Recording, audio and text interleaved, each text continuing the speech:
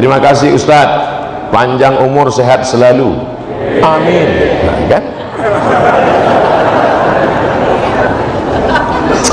mengenai fikih Ustadz, oke.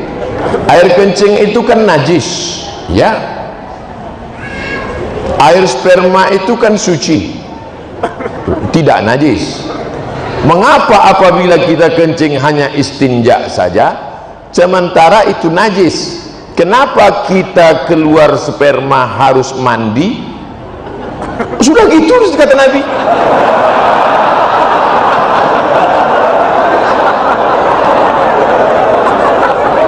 Kalau keluar air wudu, tapi kalau keluar sperma mandi. Padahal ini najis, yang ini tidak najis. Kenapa harus begitu Pak Ustadz?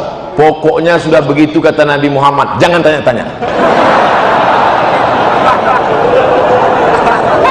Yang dilihat itu bukan tempat keluarnya, bukan benda yang dikeluarkan.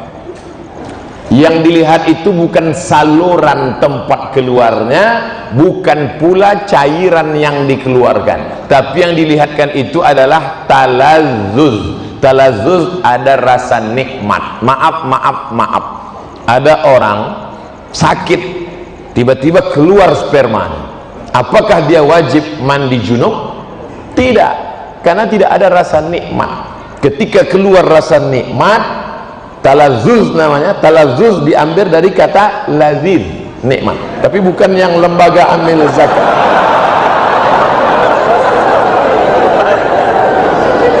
Ada orang mandi, habis mandi, habis mandi, tiba-tiba pas dia buang air kecil keluar spermanya, apakah dia wajib mandi junub? Tidak, karena tak ada talazzuz. Jadi ilat sebab mandi junub itu adalah talazzuz, ada rasa nikmat, barulah dia disuruh mandi. Beda kalau ketemu dua khitan. Idza iltaqal khitanani faqad wajabal ghuslu wa illam yanzil. Kalau orang melakukan senggama, duhul, walaupun tidak keluar spermanya tetap mandi, itu kasusnya berbeda. Jadi yang dilihat di sini bukan saluran tempat keluarnya, bukan pula cairan yang keluar, tapi talazzuz, rasa nikmat itu yang menyebabkan dia disuruh mandi. Bid'ah sudah merajalela. Bagaimana mengatasinya? Bid'ah pangkal tidak bersatunya umat Islam. Perbuatan, ucapan, tindakan, pikiran tidak ada dalilnya bid'ah.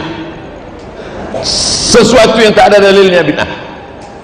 Pergi dia ke tanah lapang, dibentangnya sajadah, digelarnya sajadah, dia sholat. Allahu Akbar. Kenapa ente sholat di sini? Semakin panas, semakin berkeringat, semakin banyak pahalanya. Itu bid'ah, tak ada dalil sama sekali. Selama ada dalilnya, maka tidak boleh kita bid'ahkan. Jangan membid'ahkan orang kalau ada dalilnya. Selama ada dalilnya, ada dalam Quran, ada dalam sunnah, ada dalam ijma', ada dalam qiyas, maka tidak boleh kita bid'ahkan.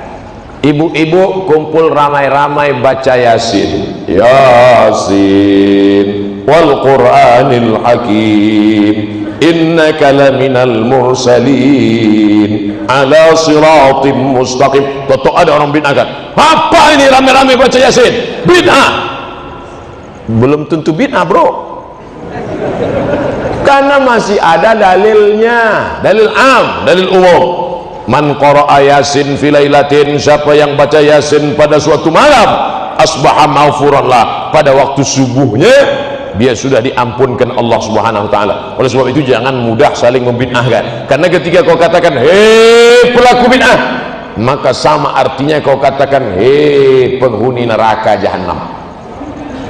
Emangnya ente siapa? Neraka punya bapak ente. Apa hukumnya pakai celana panjang? yang melebihi mata kaki. Nyindir saya ini.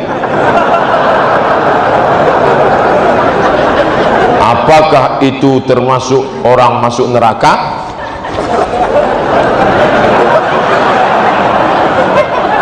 Pakai celana melebihi mata kaki, untung rumputnya subur, nggak kelihatan.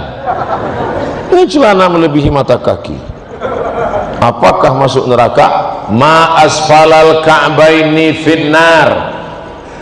Kain, celana, jubah di bawah mata kaki masuk neraka. Neraka, neraka, neraka, neraka.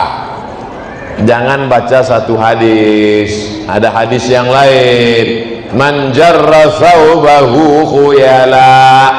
Kalau dilewatkan mata kaki untuk sombong, kalau nggak sombong nggak apa-apa, kata Imam Syafi'i. Kalau nggak sombong nggak apa-apa, kata Imam Nawawi. Kalau nggak sombong nggak apa-apa, kata Imam Sun'ani dalam Subulus Salam Syarah Bulughul Maram. Kalau nggak sombong nggak apa-apa, kata Imam Syaukani dalam Nailul Autar. Kalau nggak sombong nggak apa-apa, kata Syekh Yusuf Al-Qardawi dalam kitab Kaifana Ta'amal Ma'as Sunnah. Kalau nggak sombong nggak apa-apa, kata Syekh Ali Jum'ah. Kalau nggak sombong nggak apa-apa, kata Syekh Atiyah Sokor dalam kitab Fatawa Al-Azhar. Saya dalam hal ini tidak menyalahkan kawan-kawan yang sudah potong kaki celana. Bapak yang sudah potong jangan disambung, biarkan aja. Saya sudah terlanjur motong Pak Ustadz, biar aja. Bagi yang sudah terlanjur motong, yang belum motong jangan diejek. Jangan nanti pulang dari sini, ini kelihatannya setelah hijrah makin tinggi nih. Yang udah motong biarin, yang nggak motong. Kalau antara yang udah motong dengan yang belum motong saling ngejek, yang ketawa yang nggak pakai celana. Ini masalah khilafiyah. Apakah sholat kita diterima jika gerakannya tak sesuai aturan? Irji' ila sholatika fa innaka lam tusalli. Ulangi sholatmu karena sholatmu tidak sah. Dia ulang sholatnya.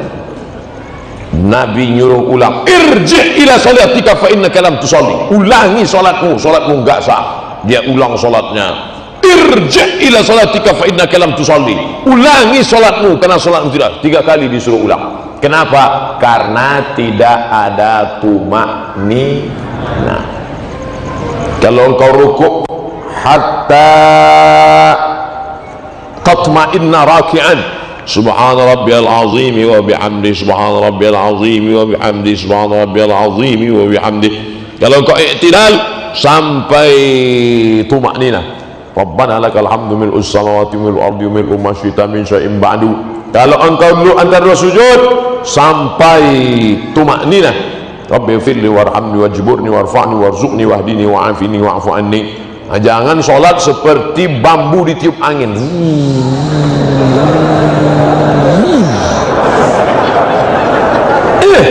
Ente sholatnya kok cepat sekali. Valentino Rossi bro.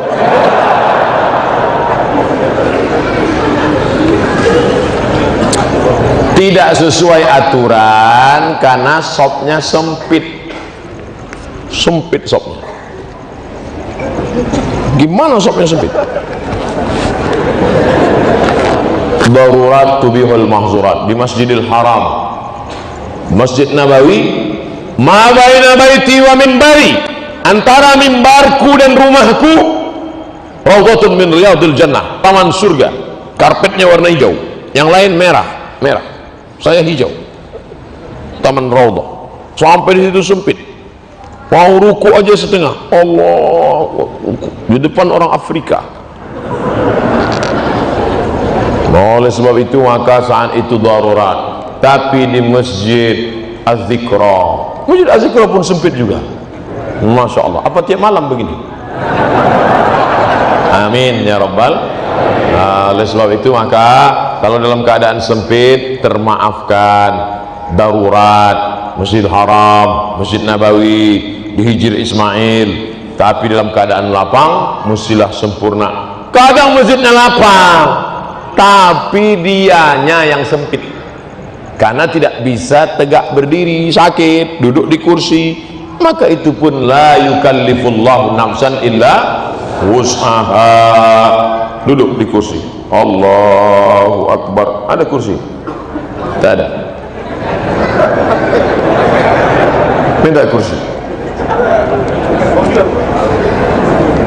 Mana tahu bapak ibu sakit pinggang, lalu kemudian dia malu sholat, datang ke masjid, sholat, duduk di atas kursi. Walaupun engkau tidak bisa rukuk sujud, kalau di Mesir disediakan kursi-kursi di belakang. Karena kalau kau sakit di rumah,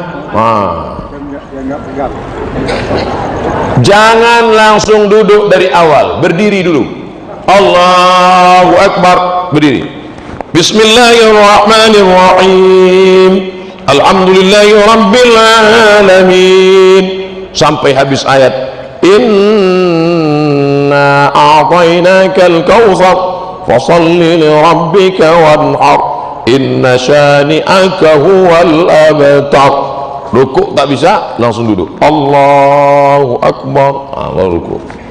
Allahu Akbar. Sami Allahu liman hamidah. Rabbana lakal. Sujud. Allahu Akbar, lebih rendah dari rukuk. Kalau rukuk tadi sedikit, kalau sujud agak sujud lagi.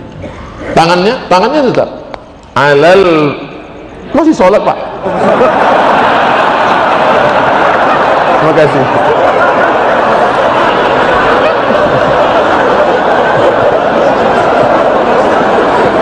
Mohon maaf Pak Ketua Yayasan.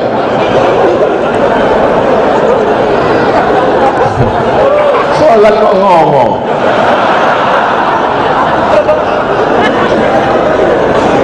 Alal fakhidaini, tangan di atas paha, awir rukbataini, atau di atas lutut. Jadi nanti kalau ada yang tangannya di atas lutut atau di atas paha, la alal hawa, bukan di atas angin. Ada yang sujud di atas angin. Allahu Akbar. Di atas angin. Sujud. At-tahiyatul barakatuh. Tetap at-tahiyatul barakatuh salat. Saya Pak Ustaz telunjuk saya yang sakit. Ya terbatas itu at-tahiyatul. Jangan pula diganti at-tahiyatul. At-tahiyatul barakatuh. Tidak ada alasan untuk tidak sholat berjamaah. Dulu waktu sehat tidak mau ke masjid, sudah sakit baru dapat hidayah datang ke masjid. Sudah sehat tak ke masjid, sakit pun tak ke masjid, mati baru ke masjid. Na'udzubillah. Tapi insya Allah yang hadir malam ini anak-anak muda semua, amin. Kami yang tua Pak Ustaz, casingnya tua, signalnya tetap muda. Yang kita khawatirkan anak muda, isinya orang tua. Anak-anak muda umur 17-18, gaya letoy lesulung lain mau mati. Saya kalau udah diundang anak muda gayanya gitu, saya kasih ketua. Mana ketua panitia? Sini, bawa semua ke panti jompo. Tapi alhamdulillah malam ini semuanya alhamdulillah dalam keadaan istiqomah iman dan Islam. Jangan lupa daftarkan diri Anda segera menjadi peserta Laziz, Lembaga Amil Zakat, Infak dan Masjid Az-Zikra. Mudah-mudahan ke depan masjid ini lebih besar, lebih megah, lebih mewah, dan bisa menjadi rahmatan bagi semesta Jabodetabek. Amin.